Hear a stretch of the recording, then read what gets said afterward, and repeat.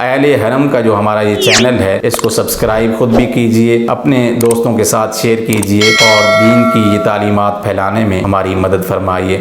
تقویٰ اور پرہیزگاری کسے کہتے ہیں؟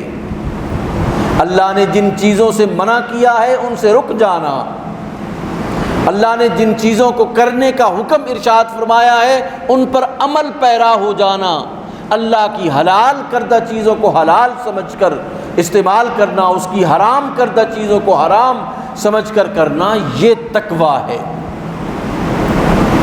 اپنے آپ کو سمیٹ کر اللہ کے حکم کے مطابق زندگی کے ہر عمل کو بجا لانا، یہ تقویٰ ہے۔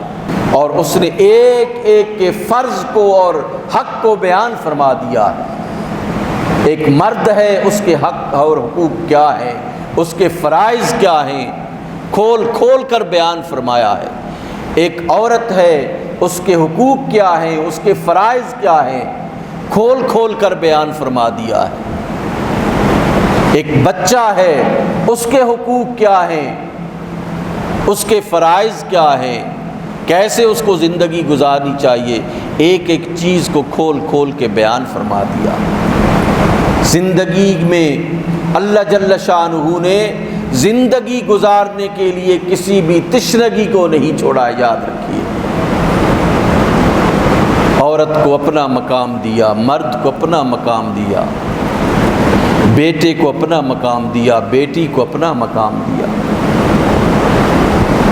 یا اللہ سبحانہ و تعالیٰ نے اس انسان کو اس زمین پر بسنے کے لیے ضابطے عطا فرمائے ہیں۔ ان ضابطوں کو اپنی زندگی میں، عملی زندگی میں ہی لانا، یہی کامیابی کی علامت ہے، اور اسی کے ذریعے سے ہی انسان اس دنیا میں امن اور سکون کے ساتھ رہ سکتا ہے۔ اسی کے ذریعے سے انسان عزت پا سکتا ہے۔ اگر وہ اپنی مرضی کرے گا تو وہ یقیناً کامیاب نہیں ہو سکتا۔ اسے زندگی کے لیے اسے آزاد، بالکل آزاد نہیں بنا دیا گیا کہ وہ جو مرضی چاہے وہ کرتا پھرے۔ اللہ نے اصولوں اور ضابطوں کے ذریعے اسے زندگی گزارنے کا حکم ارشاد فرمایا۔ اگر زندگی سے ضابطوں کو خارج کر دیا جائے تو پھر ایک فساد بپا ہوگا، یاد رکھیے، اور ہوتا رہا۔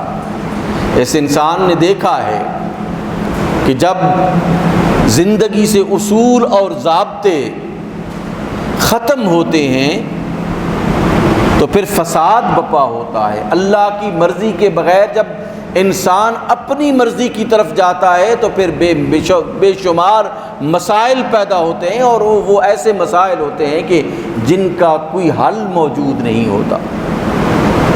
اس لیے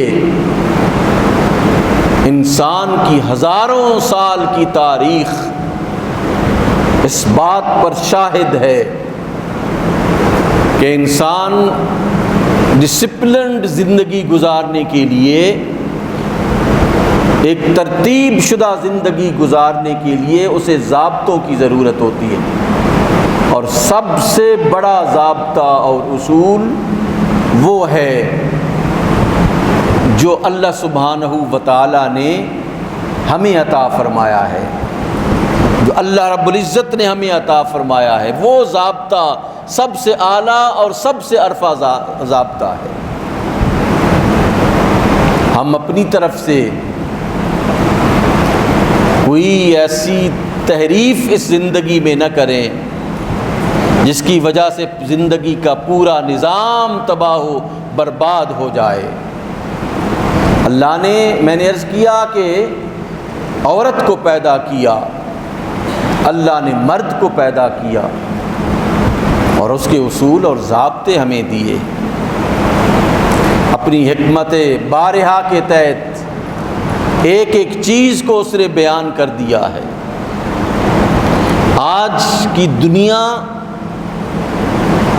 اس رب سے جان چھڑانا چاہتی ہے جس نے اسے تخلیق کیا۔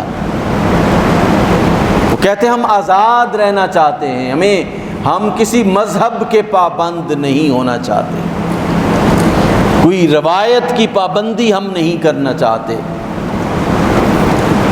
اور اس پر پوری دنیا میں بڑی تیزی کے ساتھ جو ہے وہ کام ہو رہا ہے،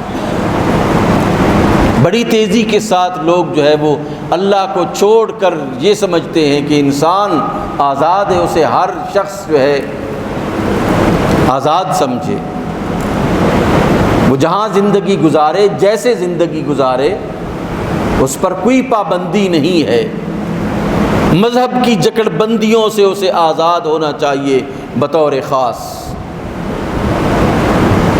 وہ اگر مرد اور عورت کی حیثیت سے اکٹھی زندگی گزارنا چاہیں تو انہیں اختیار ہونا چاہیے،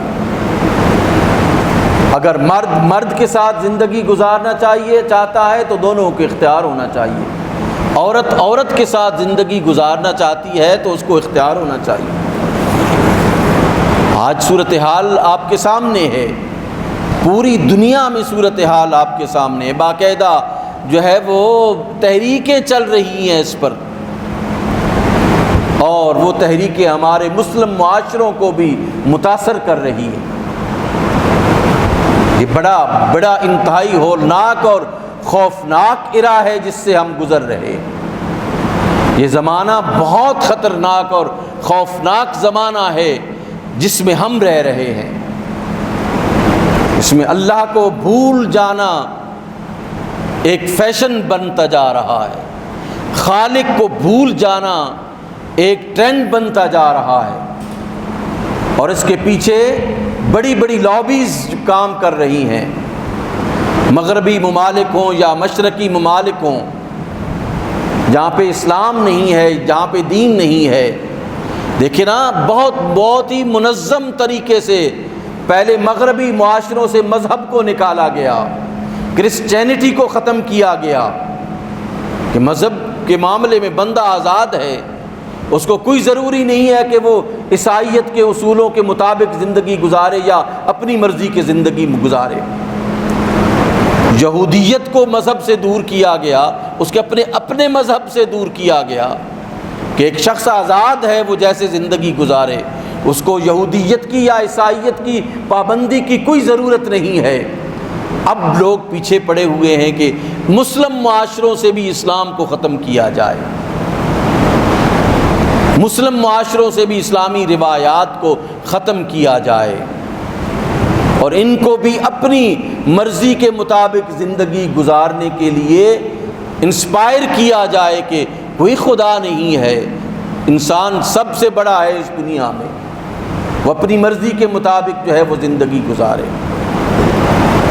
آج ہم ایک کنفیوژن پہلے کریٹ کی جاتی ہے اور پھر اس پہ انویسٹمنٹ کی جاتی ہے، اس کنفیوژن کو دور کرنے کے لیے سب سے پہلے یہ کیا گیا کہ مذہب کو لوگوں سے دور کیا گیا اور لوگوں کو مذہب سے دور کیا گیا۔ آج باقاعدہ طور پر ہمارے ملک پاکستان میں بھی اور دیگر اسلامی معاشروں میں بھی عرب تو چند قدم ہم سے پہلے جا چکے ہیں کہ وہ تو چاہتے ہیں کہ یہ پرانا سسٹم تھا، آج سے 1400 سال پہلے کا سسٹم تھا جو ایک جو ہے نا وہ مذہب کے طور پر آیا، آج دنیا بدل چکی ہے، اس لیے مذہب کی روایات کی پاسداری کی کوئی ضرورت نہیں رہی۔